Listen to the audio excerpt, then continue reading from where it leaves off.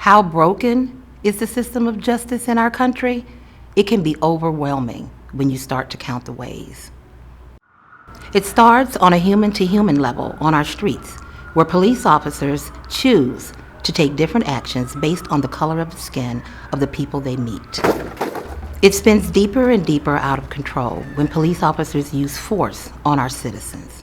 It then spreads to our courtrooms, where most people don't have the resources to hire private lawyers and are defended by overworked and underfunded public defenders against well-funded prosecutors who benefit politically by being tough on crime while locking up as many people as possible.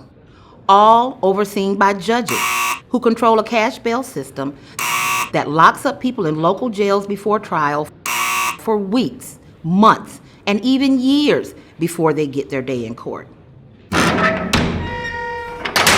And in those local jails, we rarely get a view into the most broken part of the system and their deplorable conditions, where the vast majority of people are innocent until proven guilty, but are denied treatment for mental illness and substance abuse, two of the biggest reasons they may have landed in jail in the first place. Often these decisions are made by private contractors who reap a profit for every cost savings they deliver to a local government, and where profiteers reap reward for every blanket, snack, and phone call a detained person needs to survive this ordeal. How do I know it's overwhelming? Because it's my life. My son Lamar was pulled over by a local cop for the tint on his windows and sent to jail for a years-old warrant. He was denied bail. He got thrown into isolation. After he was beaten and refused treatment, he was found dying in his cell. This broken system destroyed our family's life in 4 days. After we buried Lamar, we had 2 options. Big civil rights organizations do incredible work, but their focus is on high-profile issues for entire classes of people, not individual cases. The other was to hire a personal injury attorney, where we found another broken part of the same system. Critics like to call this jackpot justice whenever news breaks about a victim recovering a large judgment from our broken system. But the truth is, the power structure behind our broken system benefits from the jackpot justice gain. That's because personal injury attorneys work for victims on contingency. They put up their own money to take a case and all the expenses that come with it, and they don't get paid until the end, and only if they win.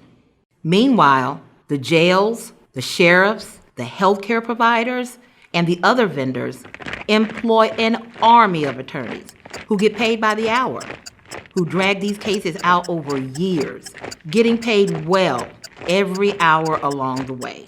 Which is why most of these injury attorneys would rather focus on car accidents and workplace injuries, where they can get paid by insurance companies quickly, and not the important cases like mine that take on the system. That is why we came up with Fair Fight Initiative, to hack the system one case at a time. Not reap a jackpot judgment, but to make systemic change.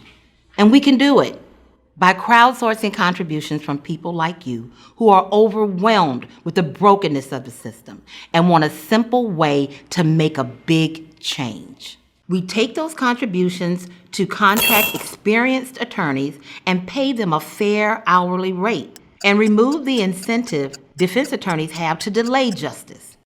We can help pay those costly expenses for depositions, independent experts, autopsies, and other discovery that get answers and results. With those expenses covered, the small judgments we recover can have a more meaningful impact on the victims and their families trying to put their lives back together. And we can pursue something bigger than a payday, a judgment that makes change in the system for everyone.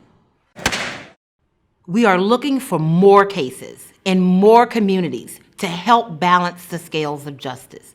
And your contributions can help make it a fair fight.